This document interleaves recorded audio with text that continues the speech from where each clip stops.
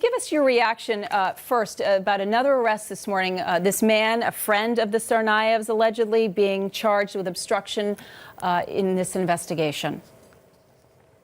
Right. There were several people that were questioned intently after the bombing. This individual has been on our radar screen for quite a while. There's been obviously additional evidence that they have uncovered recently that have led to these charges, and that's not a surprise. This is the most focused and intense period of the investigation in the run-up to the trial. So there'll be a lot of developments that occur over the next few months. But I'm happy that the U.S. Attorney's Office has decided that they have enough evidence to move forward against this individual. So as we're reading here through these court papers, obviously you're telling us that he was on your radar screen a year ago. Obviously he was on the radar screen a year ago. Obviously more would have to happen other than him just necessarily lying about his knowledge of these brothers and deleting some pictures on his computer. Well, there's been a lot of investigation that has occurred, and as I said, this is the most intense time for that. So every day there are agents from the JTTF out there working on this case, and every day they are adding to their store of evidence. And so they've got to the point where they've been able to charge this individual. I think that this is a very good development in the case. The more co-conspirators, either before or after the incident, that they can bring in to stand trial on this, the better off we all are. Accountability is extremely important here, and I know that the United States Attorney Carmen Ortiz is extremely focused on this and wants to make sure that everybody that can be charged is charged. What do we hope to gather? What do they hope to gather as more arrests are made just surrounding the investigation and the potential cover-up of the investigation? What do investigators and what would you have hoped to learn from someone like this by getting him into custody, by charging him with this? What is it that you all can get for the investigation as a result of that? Well, I want to stress that I haven't been part of the investigation since I stepped down, but I can tell you that you're looking at witness statements, you're pulling known associates in, you're questioning them and re-questioning them, you're putting people before the grand jury, and everything that they say is very closely reviewed. And then you're looking at technical evidence, and it's clear from the specifications and charges here that they've uncovered technical evidence on computers that has helped in coming to the conclusion that this man should be charged. So, as I said, this is a very intense time in the investigation, and you can expect more developments between now and November. And we understand there is a 2 p.m. arraignment set today for this individual on these charges. Court papers reading here that he knowingly altered, destroyed, concealed, and covered up records, documents, and tangible objects, specifically information on his computer with the intent to impede, obstruct, and influence an investigation and the proper administration of a matter within the jurisdiction of the FBI, an agency of the U.S. government, its Joint Terrorism Task Force. So essentially, getting rid of evidence that may have helped them, similarly in the way that Dzhokhar Tsarnaev's friends are also charged with destroying evidence of the crime on the college campus. Similar, or do you think that obviously not quite as serious situation here? Oh, this is a very, very serious situation. You have to put this in context, and these are unproven allegations right now, but the U.S. Attorney has enough evidence to charge. And if you look at this in the context of what happened, this is after everyone knew what occurred, that 3 people had been killed in this attack on our government. And this individual made a conscious decision from the charges, made a conscious decision to obstruct evidence and obscure evidence that could lead to the arrest and conviction of the people responsible for this devastating crime against our city. This is not a minor charge. This is very, very serious and carries with it a significant penalty. The second count in this here says that he invited Tamerlan Tsarnaev to dinner that night, April 15th, arrived at a restaurant with Dzhokhar and Tamerlan, and then drove the Tsarnaevs on the way to and from the restaurant, discussed the bombings with the Tsarnaevs while at the restaurant. Having that kind of connection to the Tsarnaev brothers. Very serious charge. Obviously, he could potentially hold a lot of information in this case. Do you suspect that, obviously, this has taken a long time for this to pan out, over a year. Do you suspect it just took that long as they were trying to make sure that the investigation was as solid as possible before they arrested him? Or do you suspect that more information has recently been gleaned from this individual and that's why the arrest has been made?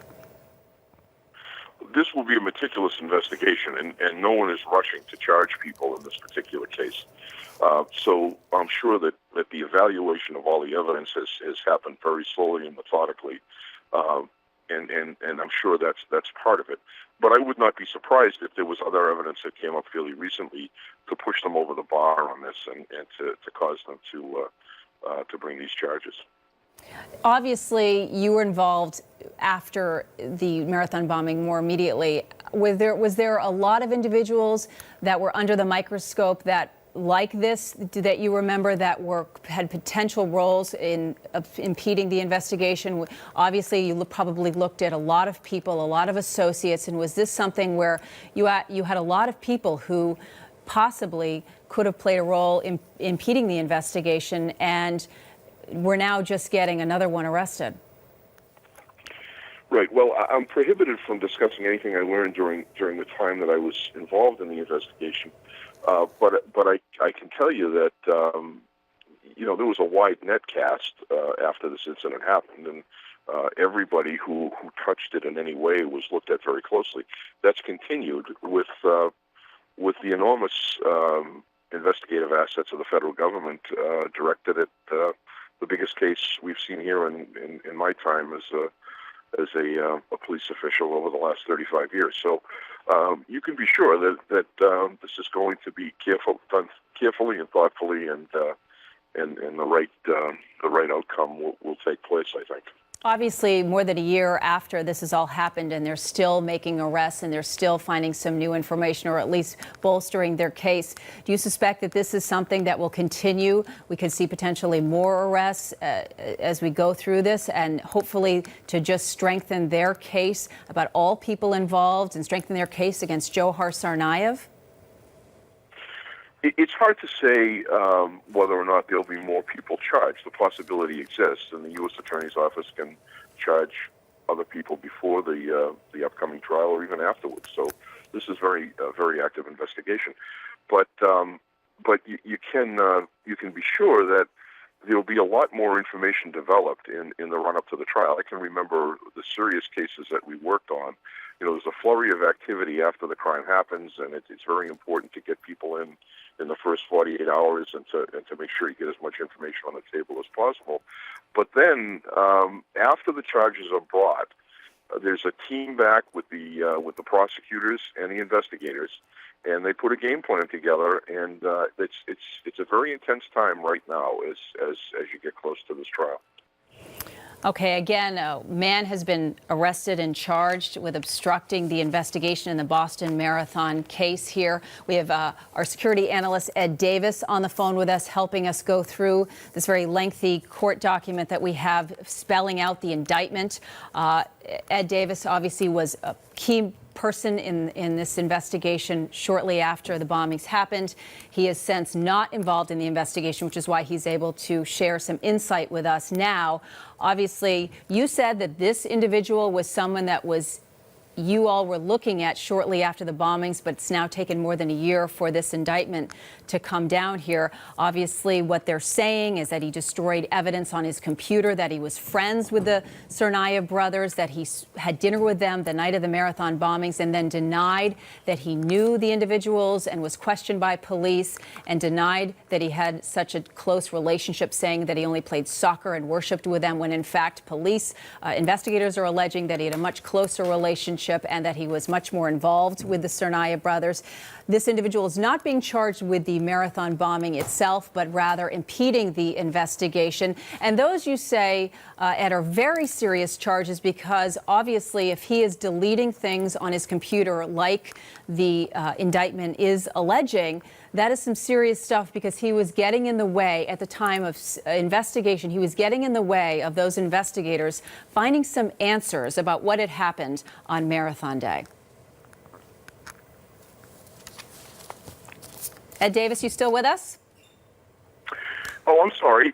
You ran down a great sort of list of what's in the indictment, and we'll hear more about it, I'm sure, today at the arraignment.